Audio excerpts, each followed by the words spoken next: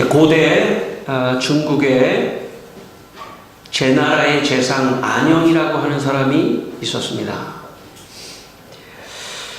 그는 조정에 나가서 회의를 할 때 임금이 물으면 언제나 바른 대답을 했다고 합니다.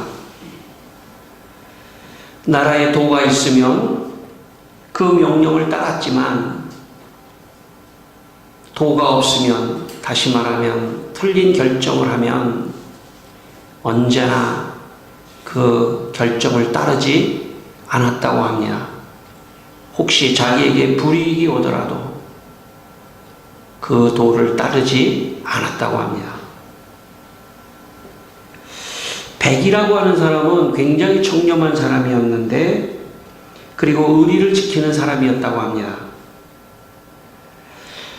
나라를 잃은 그는 고죽군의 후사가 되라고 얘기했지만, 그러면 출세의 길이 열리고 후사가 되라고 했지만 후사의 길을 거부했습니다. 무왕의 신하가 되는 것은 굉장히 참 출세하는 길이었지만, 무왕의 신하가 되는 것을 기꺼워하지 않아 봉급을 받지 않고 제후가 되지 않고 결국 수양산 아래에서 굶어 죽었다고 합니다. 미생이라고 하는 또 사람은 신의가 얼마나 있었든지 다리 밑에서 여인과 만나기로 약속을 했는데, 그 여인이 오지 않자 물이 불어도 그 다리 밑을 떠나지 않고 다리 기둥을 붙잡고 있다가 물이 불어 거기서 죽었다고 합니다. 사람은 신의가 있어야 합니다. 사람은 참 신실해야 합니다. 사람은 충성스러운 마음이 있어야 합니다. 한번 자기가 이거는 바르다, 그런 생각을 하고 판단을 했다면 참 자기가 불이익을 당하더라도 그 원칙을 지킬 수 있는 그런 사람이 참 훌륭한 사람이라고 할 수도 있습니다. 인생을 성공한 사람은 누구인가? 어떤 사람이 성공한 사람인가? 세상에서는 이름이 나고 돈을 많이 벌고 유명해지고 하는 사람을 성공한 사람이라고 말할지 모르겠지만, 성공한 사람은 그런 사람들이 아닙니다. 성공한 사람들은 원칙을 지키고 심지가 견고하고 그리고 신의가 있고 참 충성스러운 그런 태도를 가진 사람이 성공한 사람입니다. 어쩌면 그런 사람은 역사 속에 그렇게 이름이 드러나지 않을 수도 있습니다. 또 역사 속에 희생을 당할 수도 있습니다. 역사 속에 그렇게 주목을 받지 못할지도 모릅니다. 그러나 성공한 사람은 신의를 지키고 충성스럽고 또 믿음직하고 신뢰할 수 있는 그런 사람이 성공한 사람입니다. 하나님 보실 때 믿는 사람에게도 동일하게 적용된다고 저는 믿습니다. 하나님이 보실 때도 참 저 사람 신의가 있다, 신실하다, 충성스럽다, 그런 신앙인 우리 모두가 돼야 되는 목표가 될 줄 믿습니다. 저는 여러분 우리 모두가 다 하나님 앞에서 참 저 사람 신실하다, 참 신의가 있다, 하는 그런 하나님께 칭찬을 받는 여러분 다 되시기를 바랍니다. 이사야 26장 31절에 주께서 심지가 견고한 자를 평강하고 평강하도록 지키시리니 이는 그가 주를 신뢰함이니라. 하나님께서 평강으로 지켜주시는 사람은 누구냐면 심지가 견고한 사람이라는 것입니다. 여러분, 하나님을 믿을 때 아무도 모릅니다. 하나님을 믿는 마음은 제가 어떻게 여러분 알겠습니까? 아무도 모릅니다. 여러분 자신만 알고 있습니다. 여러분 하나님 앞에서 신실한 신앙인이 되시기를 바랍니다. 이왕 하나님 앞에 하나님을 믿었는데, 여러분 하나님을 믿는 것도 내가 믿고 싶어서 믿은 게 아니고 하나님의 은혜가 없이는 믿을 수 없는 것입니다. 여러분이 이곳에 오신 것은 하나님의 은혜가 있었기 때문입니다. 하나님이 놀라운 사랑과 은혜와 찬스를 주신 것입니다.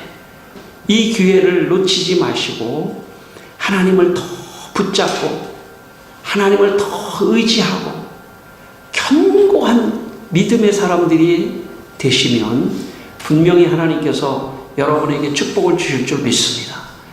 여러분, 사람이요, 원칙이 없이 흔들리는 사람 있죠? 자기 이익에 따라 원칙이 없이 흔들리는 사람, 그 사람은 결국 이 역사 속에서도 버림을 받게 되어 있습니다.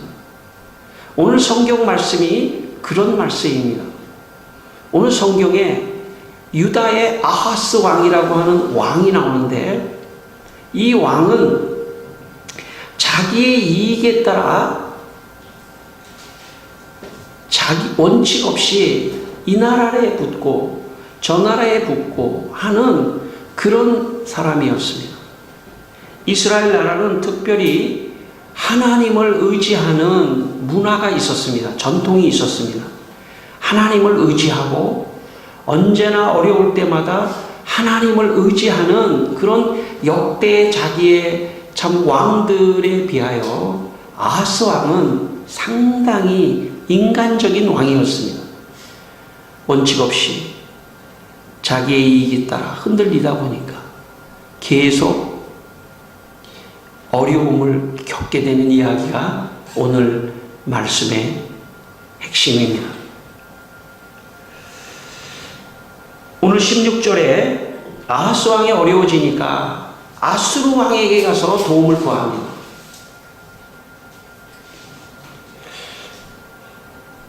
그런데 아하스 왕이 어떤 왕이었냐면, 오늘 본문에 읽진 않았지만 28장 3절에 보니까 이방 사람들을 본받아 그의 자녀들을 불살랐다, 이렇게 28장 3절은 말씀합니다. 이것은 모압 신 몰렉에게 자기의 자녀를 불태워서 드리는 그런 예식을 지금 아하스 왕이 받아들였다는 그런 뜻입니다. 아하스 왕은 어떤 사람이었냐면, 저 예식을 받아들이면 좀 나라가 잘 되겠다, 내가 잘 되겠다 생각하니까 하나님께서 금하고 있는 우상의 이 신을 받아들여서 자녀를 불살르는데 내주었습니다. 28장 23절로 25절, 다메섹 신들에게 제사하고 그 신에게 제사하며 나를 돕게 하리라, 이렇게 생각했습니다. 아하스가 하나님의 전의 기구들을 모아 하나님의 전의 기구들을 부수고 또 여호와의 전 문들을 닫고 예루살렘 구석마다 제단을 쌓고 유다 각 성읍에 산당을 세워 다른 신에게 분향했다고 기록하고 있습니다. 그러니까 아하스 왕은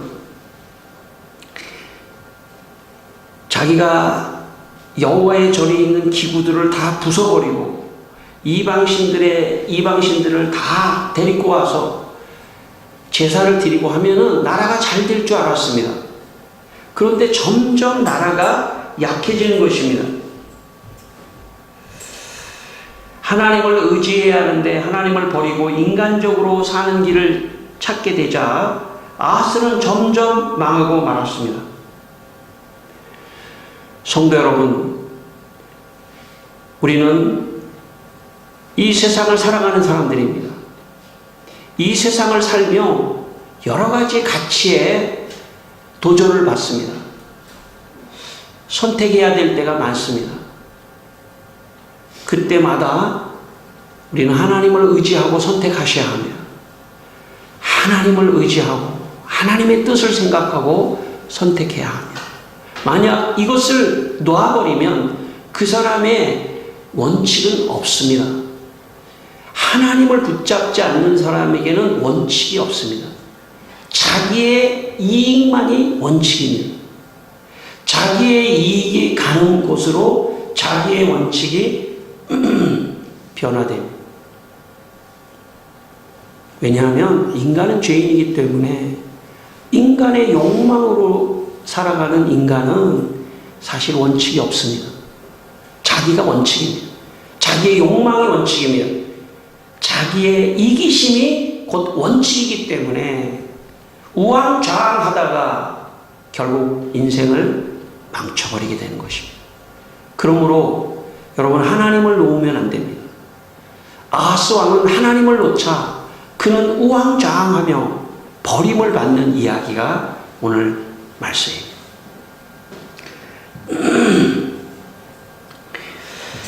1853년 네덜란드에서 태어난 유명한 화가 반 고흐라고 하는 화가가 있습니다. 그는 지독한 가난의 생활을 했습니다. 그림을 그리려고 했지만 참 먹고 살 수 있는 길이 없었습니다.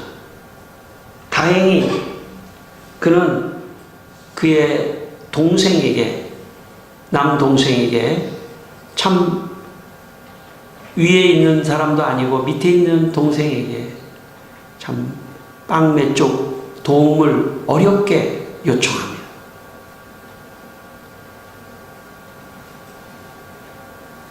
그 동생에게 쓴 편지가 남아있는데 그 편지에 이런 내용이 있습니다.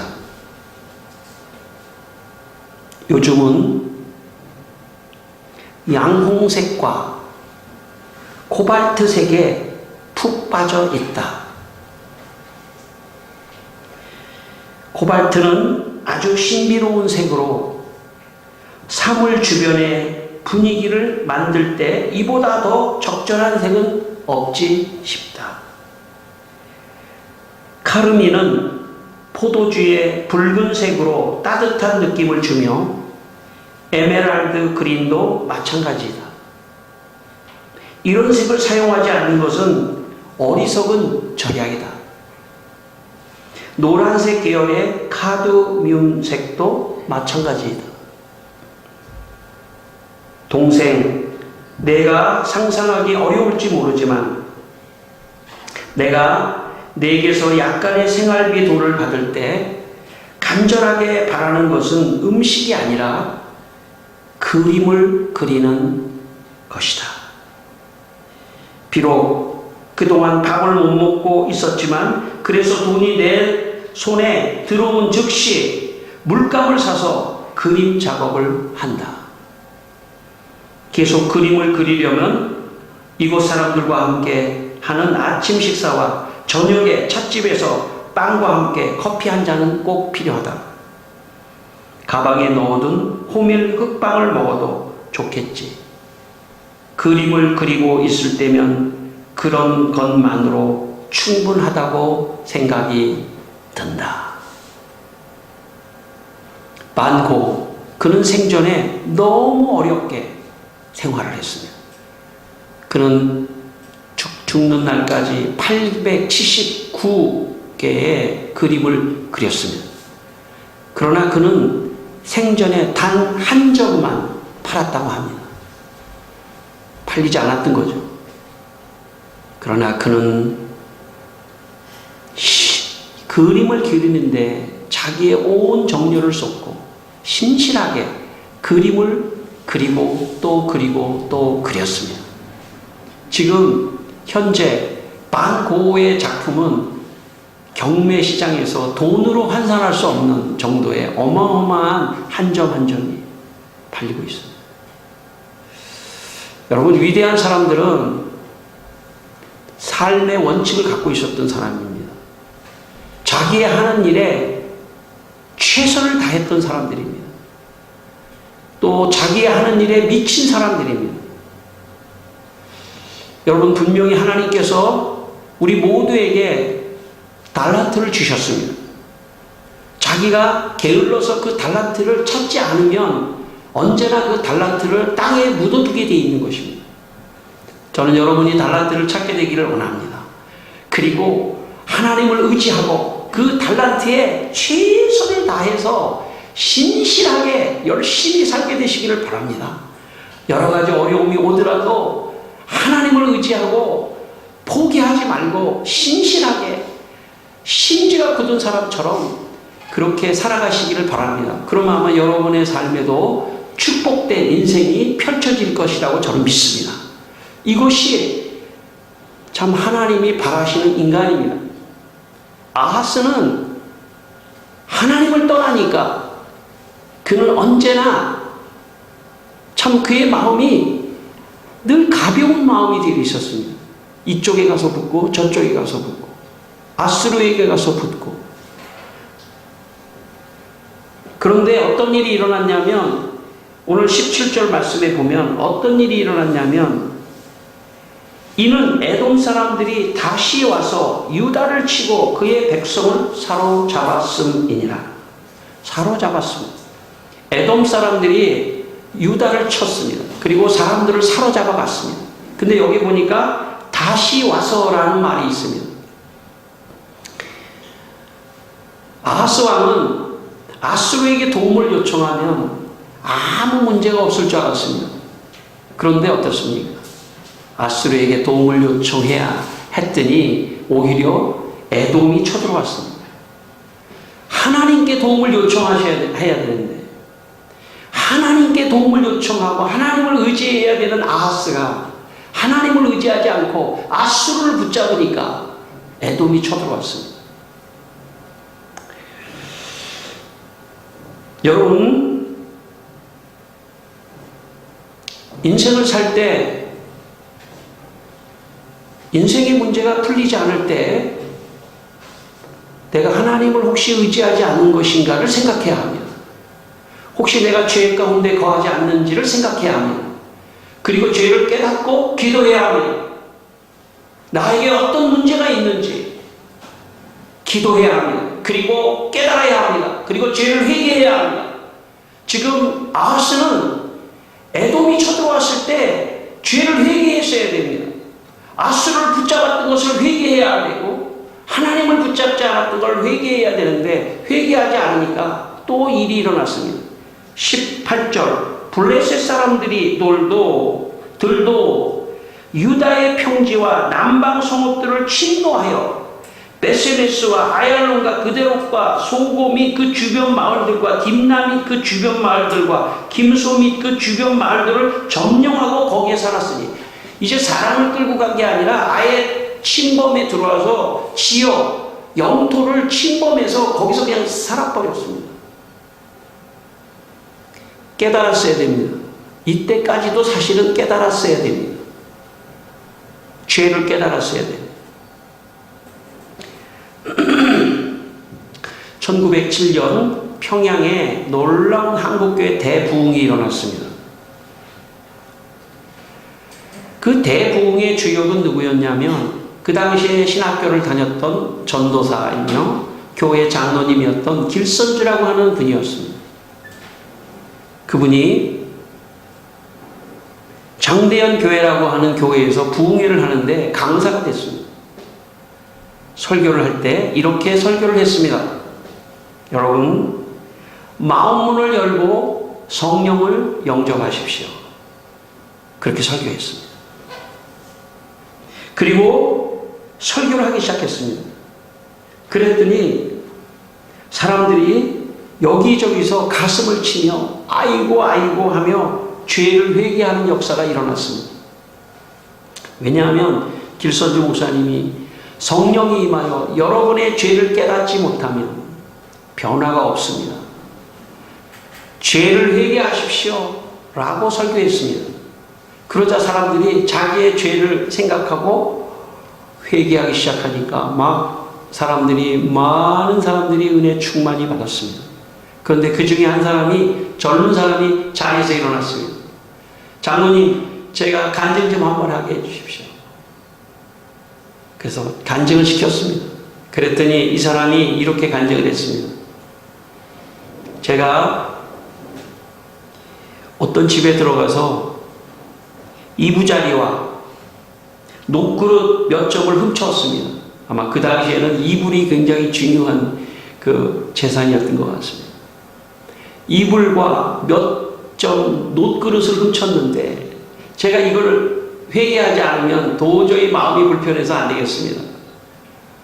그런데 그 집이 누구네 집이었냐면 지금 설교를 하시는 길장로님네 집에서 내가 훔쳐왔습니다. 그래서 말할 수밖에 없었습니다. 용서해 주십시오. 무릎을 꿇고 장로님 용서해 주십시오. 이부자리 없어지셨죠? 그거 제가 훔쳐간 겁니다. 그러자 수많은 사람들이 그걸 보면서 자기의 죄를 회개하는 역사가 일어났습니다. 그리고 그 교회의 성령 충만한 것이 전국으로 퍼지기 시작하고, 그리고 전국으로 퍼져서 사람들이 특별히 죄를 회개하고 죄를 깨닫고 성령을 받고 하는 일이 일어나 오늘 우리에게까지 여기까지 왔다고 볼 수 있습니다. 자기의 죄를 깨닫지 못하면 하나님의 은혜가 임하지 않습니다. 자기의 죄를 깨달아야 합니다. 자기가 지금 무슨 일을 하고 있는지에 이 죄를 깨달아야만이 하나님께서 구원의 길을 주시는 것입니다. 저는 여러분이 여러분의 죄를 하나님께서 깨닫게 해주시기를 원합니다. 죄를 회개하셔야 합니다. 아무에게도 말하지 못한 그 죄, 아무에게도 고백하지 못한 그 죄, 사람에게 하라는 뜻이 아닙니다. 하나님께 죄를 고백해야 합니다. 그런데 죄를 고백하려면 깨달아야 돼요. 깨닫지 못하면 죄를 고백할 수가 없습니다. 저는 이 시간 하나님의 성령이 우리 모두에게 임재하여 여러분의 죄가 깨닫는 역사가 있기를 바랍니다. 아, 내가 하나님 의지하지 않았구나. 내가 인간적으로 다른 걸 찾았구나. 아, 이것이 죄였구나. 라는 걸 깨달아야 합니다. 내가 하나님을 더 의지했어야 되는데 다른 수단과 방법, 인간적인 수단과 방법을 잡았구나. 이게 아하스 왕입니다. 아, 지금 에돔이 쳐들어오고, 아, 지금 블레셋이 쳐들어왔을 때 이게 왜 그런가? 하나님, 내가 지금 우상을 섬기고 몰렉에게 제사를 드리고 아이를 불태워 죽이고 하는 그게 죄였군요 라는 것을 깨달았으면 하나님이 거기서 구원해 주셨을 텐데 아하스는 깨닫지 못했습니다.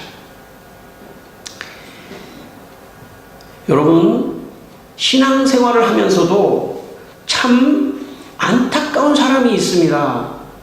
어떤 사람이냐면 깨닫지 못하는 사람이에요. 그 깨닫는다는 것은 어떤 놀라운 진리를 깨닫는 것이 정도가 아니더라도 아, 이게 죄였구나 하며 자기의 죄를 끊임없이 고백하고 죄를 깨닫는 그런 은혜가 없는 사람, 그 사람이 가장 안타까운 사람입니다. 왜냐하면 자기의 죄를 자꾸 깨닫고 비워낼 때 삶의 변화가 오는 건데 죄를 깨닫지 못하면 전혀 삶의 변화, 신앙의 변화가 오지 않습니다. 저는 이 시간 하나님의 성령이 우리 모두에게 임하여 여러분의 죄가 깨닫는 은혜가 있기를 바랍니다. 그리고 그 죄를 회개하십시오. 그러면 놀라운 하나님의 축복이 임재하는 것입니다. 하나님의 도움이 오는 것입니다. 죄를 깨닫게 되시기를 축원합니다. 죄를 회개하십시오. 죄를 회개하십시오. 아무도 모릅니다. 그런데 혹시 성령께서 내 마음에 불편하게 느껴지는 거, 그거 죄입니다. 그 죄를 계속 회개하십시오. 언제까지? 마음의 평안이 임할 때까지. 죄를 회개하다 보면 결국은 문제가 하나님이 풀어주십니다. 그 문제를 풀어주셔요. 그 죄가 나 개인의 죄도 하나님이 풀어주시고 나와 다른 사람의 관계의 죄일지라도 풀어주십니다. 나부터 시작해야 돼요. 회개를 해야 합니다. 이게 죄였구나. 하나님을 의지하지 않았구나 내가. 깨닫게 되기를 바랍니다. 하나님을 의지하지 않았구나. 성경의 시편에 49편 50절에 이런 말씀이 있습니다. 존귀하나 깨닫지 못하는 사람은 멸망하는 짐승 같도다. 존귀하지만 깨닫지 못하는 사람은 멸망하는 짐승 같다고 했습니다.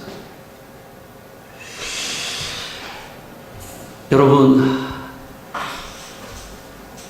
우리가 주님 앞에 나오는 것은 죄를 깨닫기 위해서 나오는 겁니다. 세상에서 말하는 죄가 아닙니다. 영적인 죄입니다. 설명할 수 없는 죄입니다. 하나님을 의지하지 않는 것, 그게 죄입니다. 여러분이 지금까지 인생을 사시면서 하나님을 의지하지 않았던 그것이 죄입니다. 하나님을 믿지 않았던 것이 그게 죄입니다. 하나님이 없다고 생각하고 하나님 없이 살았던 그게 죄입니다. 그것을 회개하셔야 됩니다. 하나님, 나 하나님 없이 살았습니다. 이게 죄였습니다. 라고 그 죄를 마음으로 고백하십시오. 그러면 하나님이 여러분의 삶을 변화시키고 놀라운 하나님의 나라로, 기적의 나라로, 평안의 나라로 여러분을 인도하실 겁니다. 사람이 고집을 부리면요, 거기서 망하는 겁니다. 회개하지 않고 고집을 부리면 망해요. 누구든지 어떤 사람이든지 인간은 연약하기 때문에 하나님을 의지하지 않고 자기를 의지하고 행동할 수 있습니다. 그러나 깨닫고 빨리 돌이켜야 합니다. 오늘 19절 말씀, 이 말씀을 우리 같이 한번 읽겠습니다. 이는 이스라엘 왕 아하스가 유다에서 망령되이 행하여 여호와께서 크게 범죄하였으므로 여호와께서 유다를 낮추시니라. 지금 에돔과 블레셋이 쳐들어온 거는 다른 이유가 아니라 19절로 설명하고 있습니다. 망령되이 행했다. 망령되이 행했다는 것은 뭐냐면 하나님을 의지하지 않고 우상을 섬기면서 우상에게 빌었던 이 아하스의 망령된 범죄 때문에 하나님이 유다를 낮추셨다는 것입니다. 성도 여러분, 혹시 여러분 우리 모두가 다 어떤 고난과 어려움과 어떤 상황 속에 들어갔습니까? 하나님을 찾으셔야 돼요. 혹시 내가 범죄한 것이 없는가? 찾고 또 찾고 회개하고 또 회개하고 회개하고 또 회개하는 순간 여러분 마음속에서 기쁨이 터져나오는 그 순간까지 회개해 보십시오. 여러분의 마음속에 눈물이 터져나오는 순간까지 회개해 보십시오. 그러면 마음에 평안함이 넘치며 여러분의 외부적인 문제를 하나님이 풀어주실 것입니다. 이것이 영적인 원리입니다. 여러분, 그런데 아하스가 이 정도에서 끝내야 되는데 오늘 20절에 아스로 왕 티글락 빌레셀이 그에게 이르렀으나 돕지 아니하고 도리어 그를 공격하였더라. 무슨 말이냐면 아스로 왕 디글락 빌레셀이 그에게 이르렀으나 아하스 왕에게 이르렀으나 돕지 않고 오히려 아하스 왕이 유다를 향해서 오고 있었습니다. 그랬더니 아하스 왕이 혹시 나를 도우려고 오는 거 아닌가 라고 생각했는데 웬걸 그 말씀을 보시어 도리어 그를 공격하였더라. 여러분, 세상에 살면 강자에게 붙으려고 하는 게 인간의 마음입니다. 원칙도 없습니다. 원칙이 없어요. 자기의 이익에 따라 여기에 붙을까 저기에 붙을까, 이게 인간의 욕망과 죄의 속성입니다. 지금 아하스 왕은 아수르 왕 그에게 붙자 했는데, 그러니까 아수르 왕이 군대를 몰고 싹 나타났는데, 야, 이제 우리 에돔을 처치해주고 블레셋을 처치해줄 줄 알았는데, 웬걸 아수르 왕이 가만히 보니까 차라리 유다를 그냥 공격해버려야 되겠다. 21절, 아하스가 여호와의 전과 왕궁의 방백들의 집에서 재물을 가져다가 아수르 왕에게 주었으나 그에게 유익이 없었더라. 뭡니까? 이야, 이게 공격해오니까 여호와의 전과 왕궁과 여기 방백들의 재물을 다 모아가지고 아수르 왕한테 바치면서 좀 봐주십시오 해도 소용이 없었다는 겁니다. 이게 세상입니다. 여러분, 세상은 냉정합니다. 자기의 이익에 따라서만 행동하는 게 세상입니다. 자기의 이익에 따라서만 움직이는 것이 세상입니다. 그러나 이것을 역전시키는 분이 한 분 계시는데 그분이 하나님이십니다. 하나님을 놓은 사람들은요, 이 세상에서 우왕좌왕하다가 죽는 겁니다. 우왕좌왕하다 죽어요. 결국은 아하스 왕은 망해서 죽습니다. 우왕좌왕하다가 죽어요.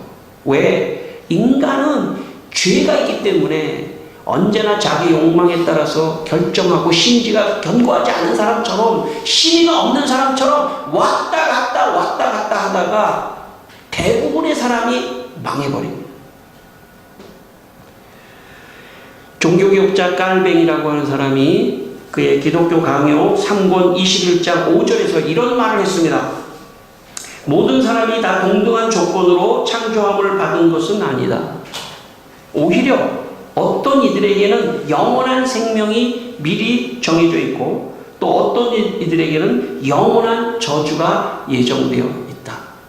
깔뱅은요, 가만히 보니까 아무리 예수 믿으라고 해도 예수 믿지 않는 사람을 보면서, 아무리 회개하라고 해도 회개하지 않는 사람을 보면서, 오늘 아하스같이 야, 저 정도는 회개할 것 같은데, 야, 저 정도 고난이 오면 회개할 것 같은데, 그래도 회개하지 않고 끝까지 자기의 인간적으로 다른 것을 붙잡는 아하스 같은 사람을 보면서 깔뱅은 이렇게 썼습니다.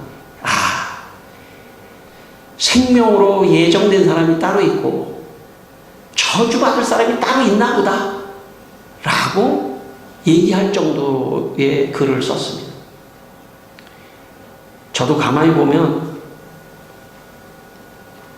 그렇게 오랫동안 기도하며 예수 믿기를 구했는데도 예수 믿지 않는 사람을 보면, 그리고 그 사람에게 하나님의 축복이 임해서 고난이 그렇게 많이 고난이 왔는데도 마음 하나 끈적하지 않는 그 사람을 보면서, 야, 저 사람은 저주를 받은 사람인가 보다.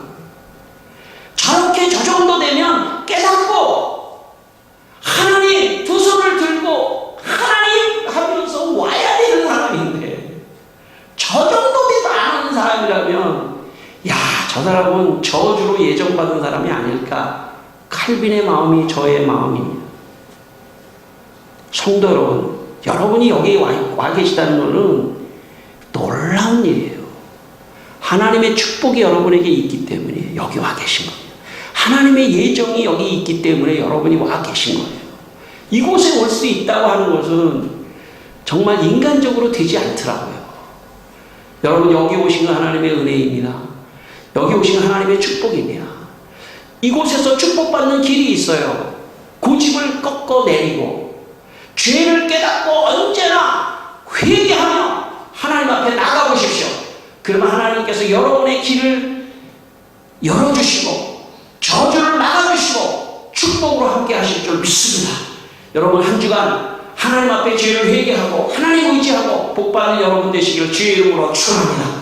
기도하겠습니다. 우리 한번 기도하겠습니다. 다 같이 한번 기도하겠습니다. 하나님 아버지, 정말 이 시간 성령이 임하여 죄를 회개합니다. 주여, 우리 모두가 죄를 회개합니다. 여러분 기도하십시오. 여러분의 언어로 기도하십시오. 죄를 회개한다고 말하십시오. 아버지 하나님, 이 시간 정말 아버지 하나님, 저부터 죄를 회개합니다. 주여, 잘못했습니다. 용서해 주십시오. 주여, 더 하나님 의지하겠습니다. 더 하나님 의지하고 나누겠습니다. 고집 부리지 않겠습니다. 하나님 의지합니다. 하나님 역사해 주십시오. 우리 성도들 하나님 여기 계십니다. 정말 축복입니다. 여기 온 건 정말 너무나 축복입니다. 하나님, 죄를 더 회개하여 하나님 고난을 이기게 하시고 하나님 복을 더 많이 받는 그런 성도들을 되게 하여 주시옵소서. 할렐루야. 주여 함께하여 주시옵소서. 하나님 아버지, 우리 성도들에게 성령을 충만히 부어주셔서 죄를 깨닫고 회개하고 하나님을 의지하여 모든 문제를 해결하고 축복받게 하여 주시옵소서. 예수님의 이름으로 기도드리옵나이다. 아멘.